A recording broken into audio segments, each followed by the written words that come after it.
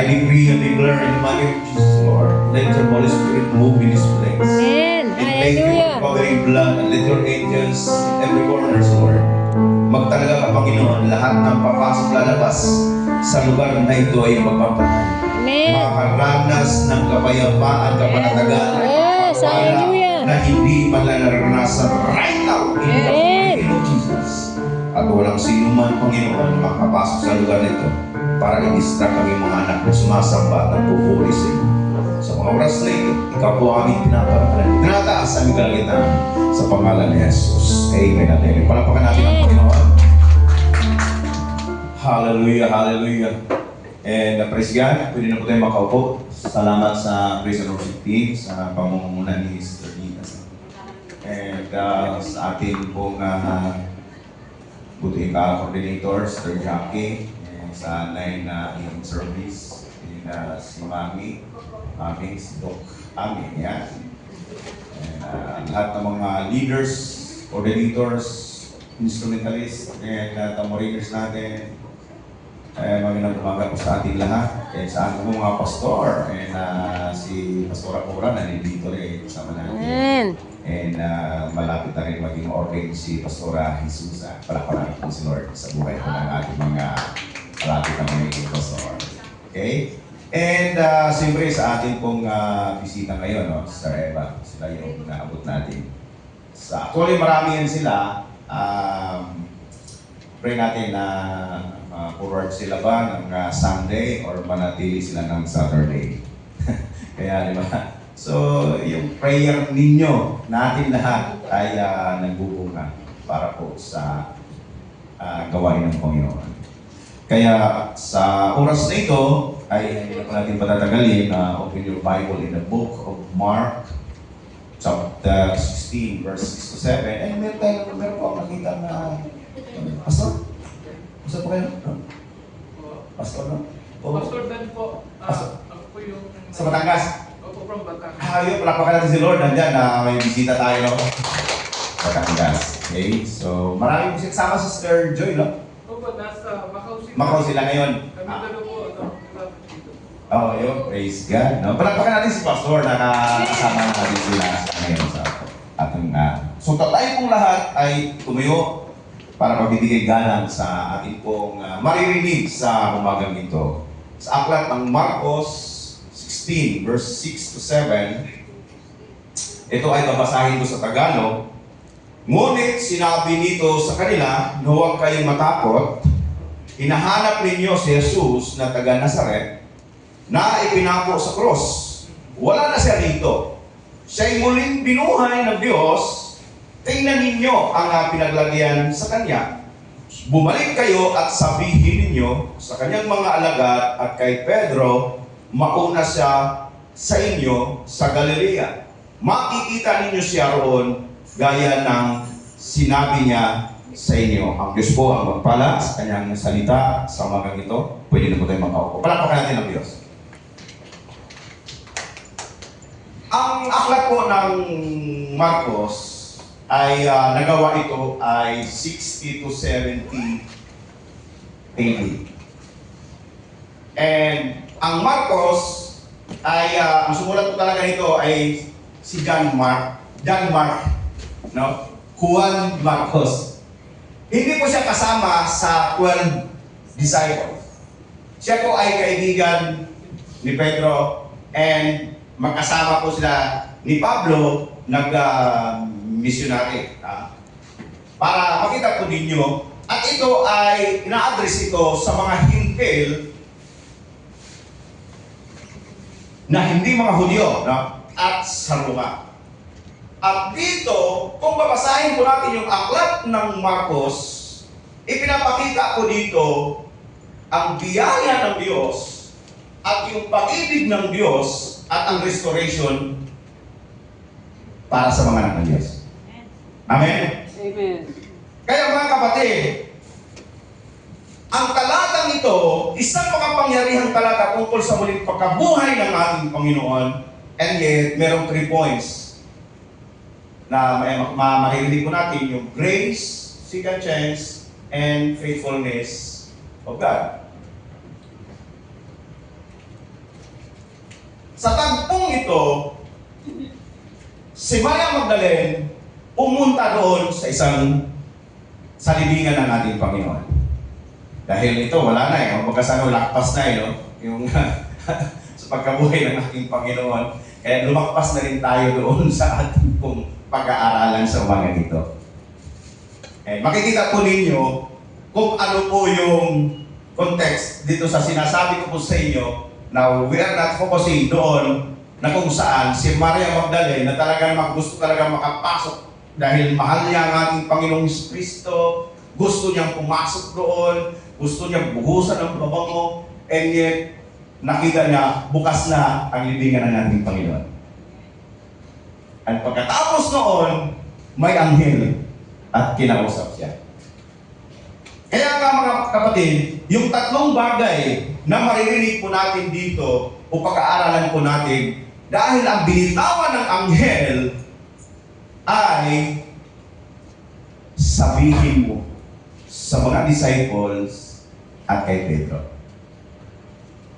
Mga kapatid, bakit sinabi ng anghel sa mga disciples at kay Pedro na pwede namang sabihin na sige, sabihin mo sa mga disciples. Mga kapatid, kung bakit nabanggit ito ng anghel na address doon kay Pedro dahil sa mga panahon na kung saan si Pedro ng ating Panginoong Jesucristo hinuli at alam niya kung ano ang mangyayari at gagawin sa ating Panginoong Jesucristo, punong-puno po siya ng takot. Punong-puno po siya ng pagkalito. Punong-puno po siya ng kahihiyan. Kaya nga 3 times po niyang itinatuwa ang ating Panginoon. Dahil sa pangyayari nito, litong-lito po siya. Siya po ay punong-puno ng takot. Siya po ay punong-puno ng kahihiyan. And yet, sabi ng anghel, Maria, sabihin mo pumunta sila sa Galilea sa mga disipulo at kay Pedro. Kapatid, wala po ba tayong nararamdaman? Na pag sinabi at nabanggit yung pangalan mo, na meron tayong nararamdaman na sarap. Amen? At kung hindi nabanggit yung pangalan mo, sasabihin ko po sa inyo, pag-uwi, baka yung MC aawain mo, bakit hindi mo ako binanggit? Ang dami-dami hindi binanggit, pero ako hindi mo ako binanggit. Hello? Amen? Wait, di ba? Kahit matagal ka ng Kristyano, pag hindi nabanggit ang pangalan mo, nakasaktan ka talaga. Hello? Di ba? Mga kapatid, hindi man lahat po tayo espesyal sa harapan ng Panginoon, pero mayroong dahilan kung bakit ang Pedro na ito binanggit ng ating Panginoon. Dahil marami pong Pedro, mga kapatid, sa mundong ibabaw na ito. At hindi kayo nakalimutan, at hindi kayo nawalan na kung saan ang pangalan ninyo sa harapan, sa puso, sa isip ng ating Panginoon. Kapatid, si Pedro, nung namatay ang ating Panginoong Jesucristo, nag-backslide po si Pedro. Hello? Kaya mga kapatid, ang Galilea, mga kapatid, ay isang lugar na kung saan unang tinagpo ng Diyos si Pedro. Hello? Di ba? Kayo nakaranas naman kayo ng love life eh.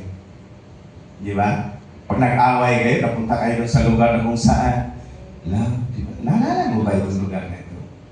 Di ba dito tayo unang nagkita? Ba? Nare-recall. Minsan talaga naman. Nung sinabi ng ating Panginoon, nung nabuhay muli ang ating Panginoon, binilit at sinabi ng anghel, pumunta kayo sa Galilea. Dahil nando doon, nag-aantay ating Panginoon Jesucristo. At sabihin nyo kay Pedro. Hallelujah. Kapatid, pagkabuhay ng ating Panginoon, number 1, nandoon yung grasya. Amen. Amen? Amen.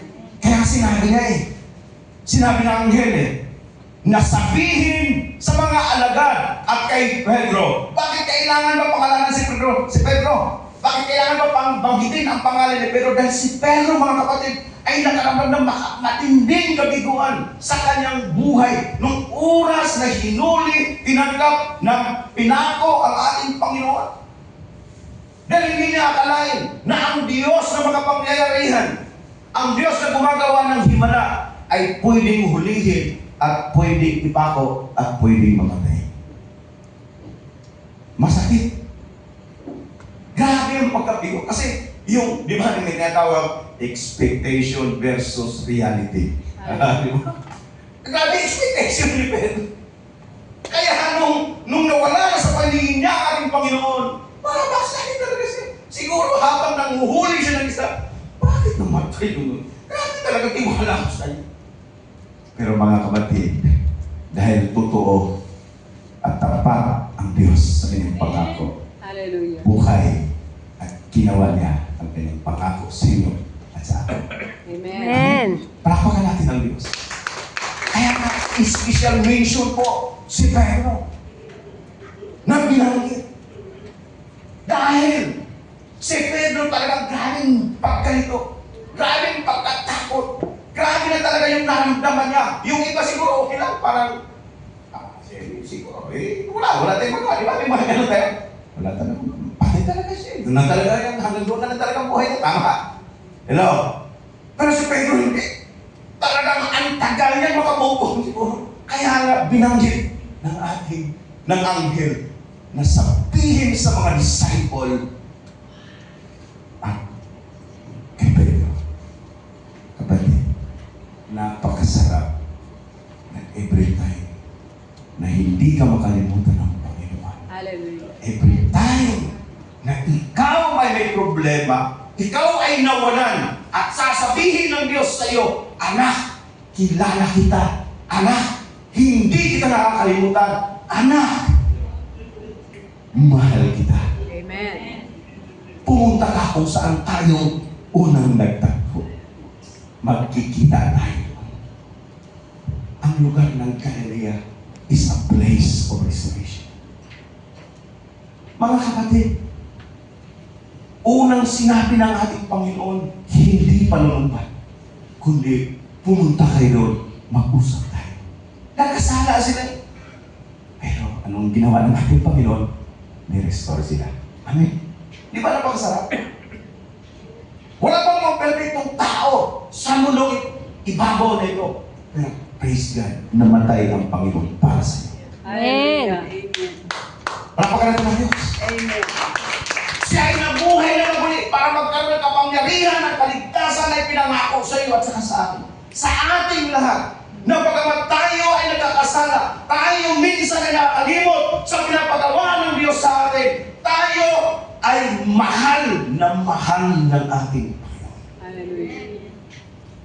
Magbago man ang itsura natin. Dati, 24 yung bewang natin. Yung balakang natin, 34. Ngayon, mula balakang hanggang bewang, parehong 34. Pero ang pag-ibig ng Diyos, hindi nagbabago siya. Hallelujah. Amen. Dati makapal yung buko, ngayon manipis na, pero ramdam ko pag-ibig ng Diyos, hindi nagbabago. Amen. Kaya masarap ma-inlove sa Panginoon. Tulad. Bibig na nga ito. Sa masarap din ma-inlove sa tao. Amen. Amen? Kasi ganun mga kapatid. Ang Diyos hindi nagbabago. Amen. Kaya nga ang biyaya ng Diyos sa atin, hindi tayo sinusumbatan, hindi tayo pinipilang ng Diyos kung ilang beses ka nakasala, ilang beses ka tumalikod, ilang beses ka umayaw. Nung sinabihan ka, kapatid, itong gawin mo sa ministry, ayoko. Kasi hindi ko kaya yan. Amen. Hello? Ang Lord, hindi lang. Punta kayo sa Galilea, usap tayo. Di ba ang pakasarap nun? Punta kayo sa isang tuwari, mag-usap tayo. Amen! Punta kayo sa 9 o'clock, usap tayo. Ano man ang ministeryo na ibinigay sa iyo ng Panginoon, hawakan mo at pagyaman mo. Amen. Amen. Diyos nating pinaglingkuran, hindi nangunumbat. Sagana ang biyaya ng Diyos. Pangalawa, ang sabi niya, mauna siya sa inyo sa Galilea. Si Jesus kung nagsimula, talaga namang nandoon siya. Hindi niya inindyan tayo. Hindi niya inindyan ang mga alagad. At si Pedro. Bakit? Nasabi natin, di ba, yung alam niyo, inindyan, hindi nagpakita sa inyo, inindyan, hindi sa ano. Alam ba rin yung inindyan? Hindi. Sa Bisaya, alam na. Ha? Yes. Meron dito o meron Hindi dito. sinipon. Parang hindi yata naririnig. Dalawa lang nag-react eh. Hindi kami Bisaya, Mandid. Ay, inindyan eh. Parang inindyan. Tagalog. Hindi sinipot. Oo. Na-Indian ako eh. Inindyan, Tagalog Kasi yun. ganito pala daw yan. Yung galing ng mga Indian, sabi ng lolo ko, no? Na ganito yan. Ang mga Indian ganito yan. Pag sinabi makita tayo ng oras, sabi, oh, sige. Nandun ako. Kailan pagdating sa oras, wala. Pero pag sinabi niya, ay hindi ko sigurado, pupunta yan. Pero pag sinabi ko, oh, pupunta ba ako doon? Hindi sisipot yan. Sabi ko, balik ka. Kaya mga kapatid, Balista. kaya naain dyan, di ba? Ganun eh, hindi kasi lipot. Kasi ganun pala. Sabi ko, ganun pala. Kaya pala, na word na pag hindi kasi lipot, naain dyan ako. Oh, kasi ganun sila. So, okay lang, at least ngayon, nahisangtuary tayo. Amen. Palakpakan natin ng Diyos. So, isang pangako ng Diyos na mayroong katapatan. Nung sinabi ng anghel, pumunta kayo sa Galilea dahil nandoon ang ating Panginoon, ang Panginoon. Nandoon nga. Hello? Kaya kung babasahin natin mga kapatid ang buong chapter nito, makikita po natin na kahit si Maria ayaw ng ating Panginoong Kristo magpahawak. Pero, kasi hindi pa siya nakakit sa mga. Pero after 1 week, si Thomas, tusukin mo, sige.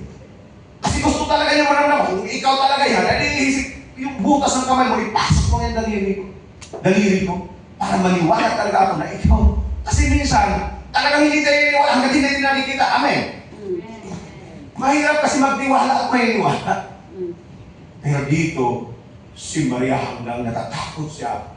Nandoon ang kanyang pananampalataya. Di ba napakaganda doon? Habang takot na takot ka, pero ang pananampalataya mo, tumataas yung pananampalataya mo.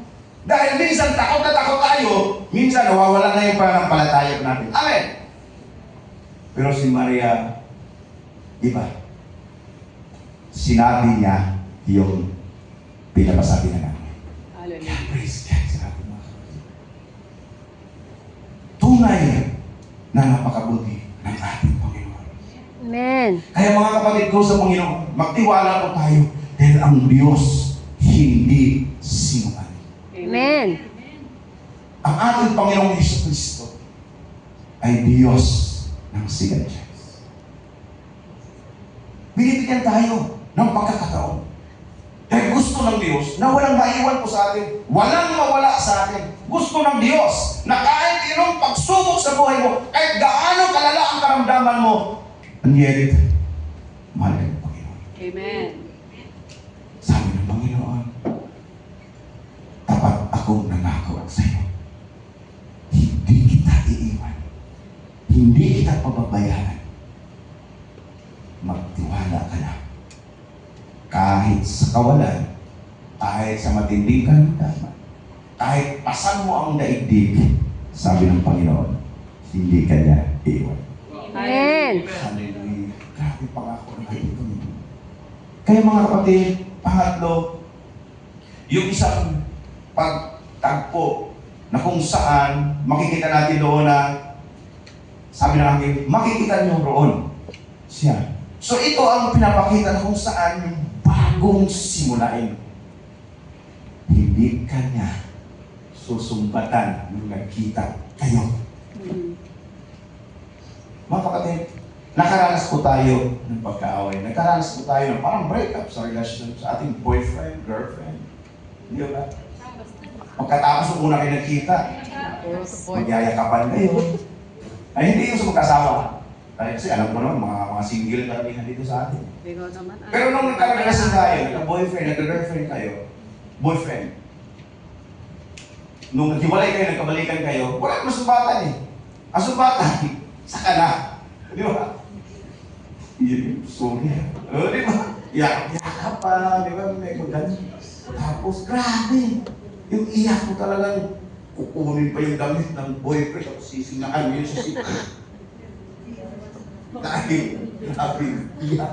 Pero mga kapatid, nung naharap, nakita ng mga disciple ng ating Panginoon at ni Pedro, ang ating Panginoong Jesucristo doon sa Galilea, hindi po sila sinungaling. Hindi sinabi ng Panginoon, ikaw Pedro, bakit mo ako ganito? Ikaw Juan, bakit ganito ang ginawa mo? Bakit nagsipag ka rin pa sa iyo? Sabi ng Panginoon, Pedro, mahal mo ba? Di ba? Di ba? Ang binanggit, lahat. Hindi sinabi, Pedro, bakit nagsinungaling ka? Hindi. Kasi pag sinabi ng ating Panginoon, paano mong ba't yun? Pedro, mahal mo ba? Hindi po, Panginoon. Mahal kita. Ano ba? Pag may boyfriend kayo nung dalaga pa kayo, bibata, binahatak talaga kayo, mahal mo ba talaga ako eh? Sige, kalimutan na natin yung process. Ulit. Kasi ganun talaga yung pagkakas eh. Ating Panginoon nung nagkita sila, Pedro, mahal mo ba talaga ako? Yes mo.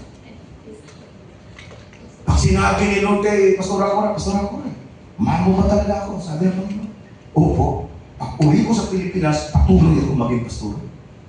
Amen. Hello? Amen. Dahil ang Diyos, wala lang dito sa huko. Ang Diyos, saan ka man pupunta, nandun ang Diyos. Baka nakalimutan natin na ang Diyos hindi po naiiwan, hindi po binibigit, hindi po binibili sa tabi-tabi. Dahil ang Diyos hindi po yung bayan. Hindi pwedeng manipula. Ang Diyos ay Diyos. Kaya mga kapatid, nung nagtakpo sila doon sa lugar ng Galilea, lugar ng restoration, lugar ng walang panumbat, lugar ng pagmamahal at pagyakap sa mga disipulo ng ating Panginoon. Nais na po sila. Pedro, mahal mo ba ako? Ang sarap mo. Sabihin, Ditas, mahal mo ba ako? Sabi ng Panginoon. Sabi niya sa Ditas, yes Lord. Kaya nga nagpapakanta ako, nagpapaawit ako. Kaya nga ginagawa ko ang ministry ko. Sister Shirley, mahal mo ba ako? Yes Lord. As tambourine leaders, magtuturo ako. Hindi ako mang-aaway ng mga tamboriners na kung saan yung istri ko, tigas na ng ganun, hampas-hampas. Wala, ganun eh. Inilagay tayo bilang leader. Iparamdam natin ng love. Amen? Ibig ng ating Panginoon. Ilang beses, itinagawa ni Pedro ang inatihis ng bakit? Ang sinabi ni Pedro, ang sabi ng Panginoon kay Pedro, mahal mo ba ako? Wala. Pedro, 3 beses mo talaga ako sinabihan mo pala, hindi ako Bisaya. Diligan ni Ilonggo. Mga kapatid, ang pagmamahal sa Panginoon ay tunay na commitment at pagpagamit sa gawain ng Panginoon. Hallelujah. Palapakan natin. Tayo lahat ay